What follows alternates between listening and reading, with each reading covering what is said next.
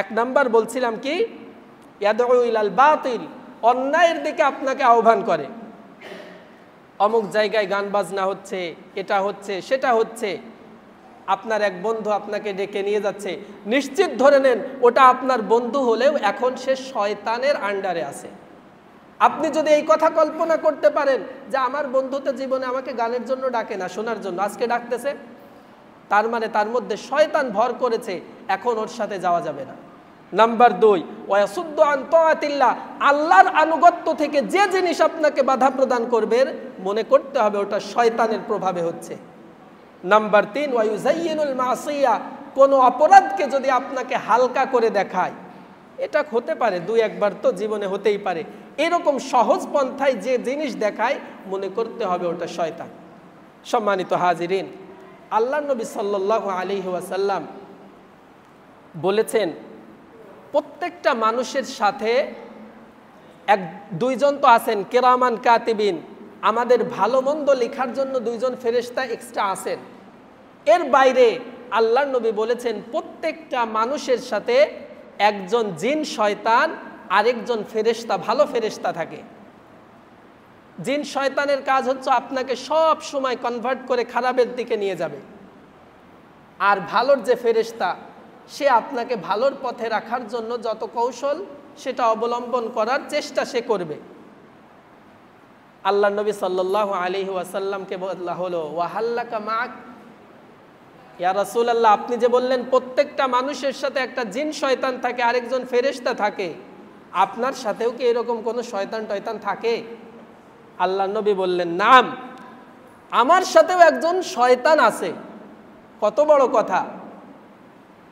তবে ইল্লা ইন আন্নাল্লাহা আ'আনানি আলাইহি, তবে আমার যে শয়তান, সেই শয়তানের ব্যাপারে আল্লাহ তাআলা আমাকে সাহায্য করেছেন। জোরে বলুন সুবহানাল্লাহ।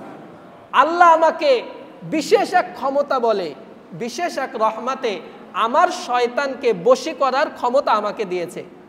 ফা আসলামা ফালা ইয়ামুরনি ইল্লা বিখাইর, আমার কাছে যে শয়তানটা আছে ওই শয়তান এখন আমার অনুগত হয়ে গেছে, সুতরাং ফালা ইয়ামুরনি ইল্লা বিখাইর, সে ভালো নির্দেশ ছাড়া আমাকে আর কিছু দিতে পারে না। কোরআনে কারিমের মধ্যে আল্লাহ তাআলা বলছেন, ওয়ালিকুল্লি নাবিয়্যিন আদুওয়ান শায়াতিনাল ইনসি ওয়াল জিন, শুধু সাধারণ আমি আপনি না, প্রত্যেকটা নবীর কাছে জিন এবং মানুষের শয়তান রূপে কিছু ছিল। এবং এটাই তো আল্লাহ তাআলার দরবার থেকে যে আমরা হাজিরা দিয়ে এসেছি। আমরা সবাই জানি রুহের জগতে আমাদেরকে জিজ্ঞেস করা হয়েছিল, আমি কি তোমাদের রব নই? সবাই এক বাক্যে আমরা বলেছিলাম কলু বালা, অবশ্যই আপনি আমাদের রব। এই যে স্বীকারোক্তি দিয়ে এসেছিলাম, এই স্বীকারোক্তির উপরে আমরা অটল অবিচল থাকতে পারি কিনা, এজন্যই তো দুনিয়াতে পাঠানো। এখন দুনিয়াতে আসলেন, সারা বছর আপনি শুধু পড়েন আর পড়েন।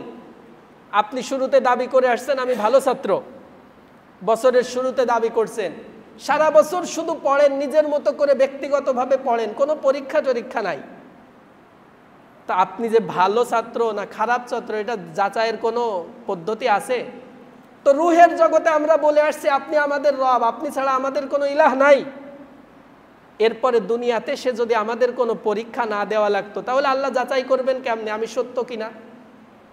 এই সত্যতা যাচাইয়ের জন্যই আল্লাহ তাআলা দুনিয়াকে আমাকে পাঠিয়েছেন, আর আমার পেছনে শয়তানকে শত্রু রূপে পাঠিয়ে দিয়েছেন।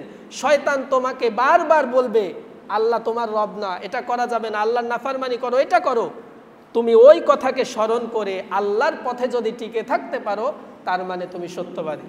সম্মানিত হাজিরিন, শয়তানের ব্যাপারে আল্লাহ তাআলা কোরআনে কারিমে অন্তত 4 জায়গায় বলেছেন। মোট বলেছি শয়তানের আলোচনা 85টা আয়াতে আল্লাহ তাআলা শয়তানের কথা বলেছেন। তার মধ্যে 4টা আয়াতে আল্লাহ তাআলা স্পষ্ট করে বলেছেন, ওয়ালা তাত্তাবিউ খুতুওয়াতিশ শাইতান, তোমরা শয়তানের পদাঙ্ক অনুসরণ করো না। খুতুওয়াতুন বলা হয় আপনারা যখন মরুভূমি অথবা যেই জমিনে হাঁটলে পারে দাগ হয়ে যায়, বালু আছে অথবা নরম কোনো জমিন, এই জমিনে যখন হাঁটেন দেখবেন পা পড়ার পর পায়ের একটা ছাপ পড়ে। আরবিতে এটাকে বলা হয় খুতুয়া, আর বাংলা বলা হয় পদ চিহ্ন অথবা পদাঙ্ক। আল্লাহ তাআলা বলছেন ওয়ালা তাত্তাবিউ খুতুওয়াতিশ শাইতান, তোমরা শয়তানের পদাঙ্ক অনুসরণ করো না। এখন শয়তান হাঁটলে তো শয়তানকেই দেখি না, তার হাঁটলে পায়ের চিহ্ন কোথায় দেখব? তো মুফাসসিরিনে কেরাম লিখেছেন, আমি তাফসির ঘেটে শয়তানের পদাঙ্ক বলতে 7টা অর্থ পেয়েছি। তাহলে আল্লাহ তাআলা যে বললেন তোমরা শয়তানের পদাঙ্ক অনুসরণ করো না, তার মানে 7টা জিনিসের অনুসরণ যদি করো তাহলে তোমরা শয়তানের পদাঙ্ক অনুসরণ করেছো। 1 নাম্বার, ইবনে কাসিরে রয়েছে কুল্লু মাসিয়াতিন লিল্লাহ, শয়তানের পদাঙ্ক মানে প্রত্যেকটা গর্হিত কাজ, আল্লাহর নাফরমানিমূলক যত কাজ আছে প্রত্যেকটা কাজই শয়তানের পদাঙ্ক। আপনি একটা অপরাধ করলেন মানে আপনি শয়তানের পদাঙ্ক অনুসরণ করলেন। নাম্বার 2, নাজাগাতুশ শাইতান, শয়তান কুমন্ত্রণা দেয়। কি কুমন্ত্রণা দেয়? হাদিসের মধ্যে আছে বিভিন্ন মানুষ ভেদে শয়তানের কুমন্ত্রণাও বিভিন্ন হয়। আপনি যদি স্বাভাবিক মুসলমান হন, যাকে সহজেই কনভিন্স করা যায়, কনভার্ট করা যায়, তাকে স্বাভাবিক কথা বলে শয়তান তার দলে নিয়ে নেয়। কিন্তু আপনি যদি জানাশোনা একটু ভালো মানুষ হন তাহলে আপনাকে শয়তান ঘায়েল করতে ওই মাপের একটা পদ্ধতি অবলম্বন করবে। আপনারা জানেন আদম আলাইহিসসালাতু ওয়াসসালামকে শয়তান ধোঁকা দিয়েছিল।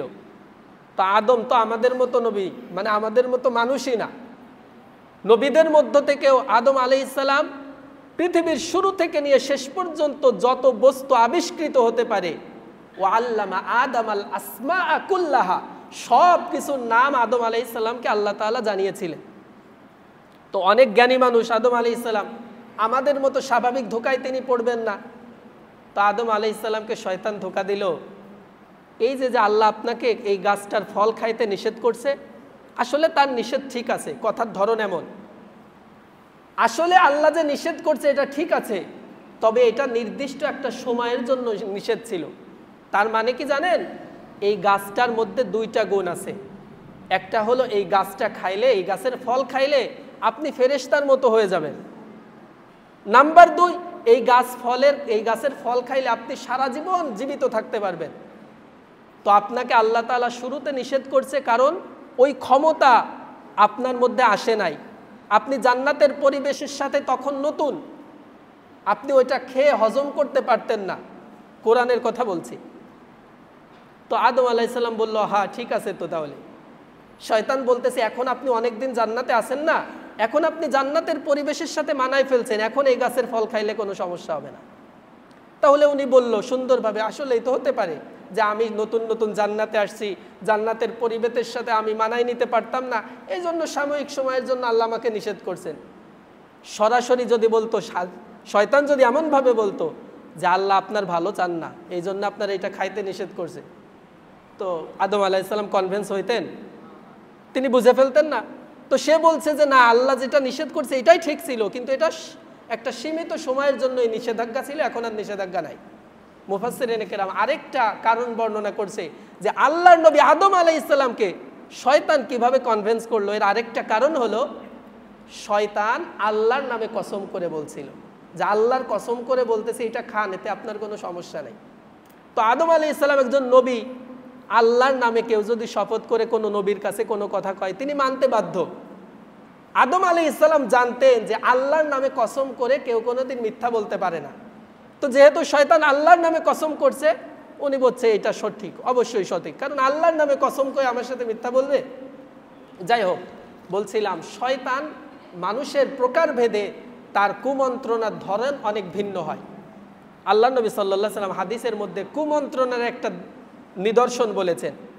কিছু কিছু মানুষের অন্তরে দেখবেন মাঝে মধ্যে একা একা বসে আছেন, চিন্তা আসে, মসজিদেই বসে আছেন, চিন্তা আসে, আসমান জমিন সব কিছু আল্লাহ সৃষ্টি করলো, হঠাৎ করে চিন্তা আসে তাহলে আল্লাহকে কে সৃষ্টি করলো? জীবনে কারো কোনো দিন এমন চিন্তা আসছে? আপনাদের না আসতে পারে, আমার আসছে। আমি ছোটবেলা আমার আম্মাকে জিজ্ঞেস করতাম যে এই যে উপরে মেঘ দেখা যাচ্ছে, এইটা এই ধোঁয়া, এই যে চুলা, শীতের বেলায়, শীতের দিনে খোলা জায়গায় মানুষ চুলা করতো, রান্না করতো, তো ধোঁয়া উড়ে উড়ে যাইতো। তো আমি বলতাম, আম্মা এই যে ধোঁয়া গিয়ে গিয়ে কি আল্লাহ হয়েছে? মনে করতাম উপরে যে আকাশ টাকাশ দেখা যায় এটা হয়তো আল্লাহ। তো যাই হোক, আল্লাহ নবী সাল্লাল্লাহু আলাইহি ওয়াসাল্লাম বলেন শয়তানের কুমন্ত্রণার একটা পদ্ধতি হলো একজন মানুষকে চিন্তায় ফেলে দেয়। আসমানকে সৃষ্টি করেছে আল্লাহ করেছে, জমিনকে সৃষ্টি করেছে আল্লাহ করেছে, হঠাৎ করে আমার অন্তরের মধ্যে আসে তাহলে আল্লাহকে কে সৃষ্টি করলো? আল্লাহ নবী সাল্লাল্লাহু আলাইহি ওয়াসাল্লাম বললেন এখানে ফুল স্টপ, এর সামনে আর আগে যাওয়া যাবে না, এটা শয়তানের ধোকায় তোমাকে পড়ে যাচ্ছ তুমি। আল্লাহকে কে সৃষ্টি করেছে এই প্রশ্নে যখন আপনি চলে আসবেন সাথে সাথে আউযুবিল্লাহ আস্তাগফিরুল্লাহ সব কিছু পড়ে ওখান থেকে সরে যাবেন। সম্মানিত হাজিরিন, এইরকম অনেক কুমন্ত্রণা শয়তান দেয়। এই কুমন্ত্রণা যদি আমি ফাঁদে পড়ে যাই তার মানে আমি শয়তানের পদাঙ্ক অনুসরণ করে ফেললাম। নাম্বার 3, খুতুওয়াতুশ শয়তান। শয়তানের অনেক ভুলভাল ব্যাখ্যা আছে। অনেকেই মনে করেন এই যে জমি মৌরসি দেয় না, নির্দিষ্ট একটা সময়ের জন্য 1 লাখ টাকা ধার দরকার, ধার তো কেউ দেয় না ফ্রিতে, তো 1 লাখ টাকা দিছে, সাথে সাথে বলে যে অমুক জমিটা তোমাকে দিলাম তুমি খাইও। তো আলেম ওলামারা যখন বলে এটা সুদ, গ্রামের অনেক মানুষ বলবে সুদ কেমনে হয়, জমিটা তো পড়েই থাকতো, ওর টাকার দরকার হয়েছে টাকা নিছে, আমার জমিটা আমাকে দিছে খাইতে। তো এই যে ভ্রান্তিগুলো অনেক সুন্দর করে আপনাকে বুঝাবে যে না এটা ঠিক আছে, এগুলো সব শয়তানের ভ্রান্তি, শয়তানের ভুল ব্যাখ্যা, এগুলোর অনুসরণ করছেন তো আপনি শয়তানের পদাঙ্ক অনুসরণ করেছেন। নাম্বার 4, আল ইয়ামিন ফিল গাজাব। অনেক সময় রাগান্বিত হয়ে আমরা অনেক সময় অনেক কসম করে ফেলি, যেই কসমের প্রয়োজন নাই, রাগ করছি তাই কসম করে ফেলি যে এটা আমি করবই করব। মনে রাখবেন রাগের সময় শয়তান মানুষকে সব থেকে বেশি তার নিয়ন্ত্রণে নেওয়ার সুযোগ পায়। আল্লাহ নবী সাল্লাল্লাহু আলাইহি ওয়াসাল্লাম বলেছেন আল গাযাবু মিনাশ শাইতান ওয়াত-তামানিনাতু। মানুষের যখন রাগ হয় তখন এটা শয়তানের পক্ষ থেকে হয়। এজন্য আল্লাহ নবী সাল্লাল্লাহু আলাইহি ওয়াসাল্লাম বলেছেন যখন তোমাদের রাগ হবে, রাগ যেহেতু শয়তানের পক্ষ থেকে আর শয়তান যেহেতু আগুনের তৈরি, সেজন্য তোমরা তাড়াতাড়ি ওযু করে ফেলবা। আপনার রাগ হয়েছে, বিশাল অনেক বেশি রাগ হচ্ছে, আপনি ওখানে থাকলে যে কোনো কিছু হতে পারে, আপনার দরকার সম্ভব হলে তাড়াতাড়ি আপনি ওযু করে ফেলবেন, যেন আগুনটা নিভে যায়, ক্রোধ যেটা সেটা যেন সংবরণ হয়ে যায়। সম্মানিত হাজিরিন, এরপরে শয়তানের পদাঙ্ক অনুসরণের আরেকটা পার্ট হচ্ছে মুহাক্কিরাতুজ যুনুব। অন্যায় অপরাধকে অনেক হালকা মনে করা যে না এটা তেমন কিছু না। অনেক মানুষ আলহামদুলিল্লাহ দাড়ি রাখতে পারেন, সেই পরিবেশ আছে। অনেকে দাড়ি রাখতে পারেন না, এটা ঠিক আছে, আপনার পরিবেশ নাই, আপনি মনে করেন যে এটা রাখা দরকার, আমি রাখতেছি না আমার গুনাহ হচ্ছে, এগুলো সব ঠিক আছে। কিন্তু আপনি যখন দাড়ি না রাখলে কিছু হবে না এই যুক্তি যখন দাঁড় করাবেন তখন আপনি শয়তানের পদাঙ্ক অনুসরণ করতেছেন। আপনি যখন দলিল দিবেন যে না এটা রাসূল সাল্লাল্লাহু আলাইহি সাল্লামের ওই রকম কোনো সুন্নাত না, ভৌগোলিকভাবে আল্লাহর নবীর জামানায় সবাই দাড়ি রাখতো তাই তিনিও দাড়ি রাখছেন, এইরকম বিভিন্ন অজুহাত, একটা অপরাধকে যখন আপনি সহজ মনে করে দেখবেন, যুক্তি দাঁড় করাবেন, তার মানে আপনি শয়তানের পদাঙ্ক অনুসরণ করছেন। সম্মানিত হাজিরিন, এরপরে ইবনে কাসির রাহমাতুল্লাহ আলাইহি শয়তানের পদাঙ্ক অনুসরণ বলতে যেটা বুঝিয়েছেন সেটা মা খালাফাল কোরআন। কোরআন এবং হাদিসে শরিয়াতে যেই বিধানটা আছে সেটার বিরোধিতা করা, সেইটাকে কোনোভাবে ঘুরিয়ে পেঁচিয়ে সহজ করে নেওয়া, নিজের পক্ষে নিয়ে নেওয়া, এটা হলো শয়তানের পদাঙ্ক অনুসরণ করা। আল্লাহ নবী সাল্লাল্লাহু আলাইহি ওয়াসাল্লাম যেই কথাগুলো বললেন এবং আল্লাহ তাআলা বলছেন ওয়ালা তাত্তাবিউ খুতুওয়াতিশ শাইতান, তোমরা শয়তানের পদাঙ্ক অনুসরণ করো না। শয়তানের পদাঙ্ক অনুসরণ করলে কি হবে? ইন্নামা ইয়াদউ হিজবাহু লিয়াকুনু মিন আসহাবিস সাঈদ, তাহলে সে তার দলের সব লোকজনকে নিয়ে জাহান্নামের দিকে ধাবিত হবে। সম্মানিত হাজিরিন, তাহলে আজকের আলোচ্য বিষয়ের যে খোলাসা সেটা হলো শয়তান কাল্পনিক কোনো কিছু না। আপনি প্রত্যেকটা পরতে পরতে শয়তানকে উপলব্ধি করার চেষ্টা করবেন। যেই কথাগুলো বললাম আপনি আপনার জীবনের সাথে মিলায়ে দেখবেন যে কেউ আমাকে খারাপের দিকে আহ্বান করছে কিনা, কেউ আমাকে আল্লাহর বিধান পালন করতে বাধা প্রদান করতেছে কিনা, কেউ অথবা আমি নিজেই কোনো একটা অপরাধকে আমার কাছে বৈধ মনে হচ্ছে কিনা। সম্মানিত হাজিরিন, শয়তানকে আল্লাহ তাআলা এমন পাওয়ার দিয়েছে যেটা পৃথিবীর কোনো বস্তুকে, মানুষকে, জিনকে দেয় নাই।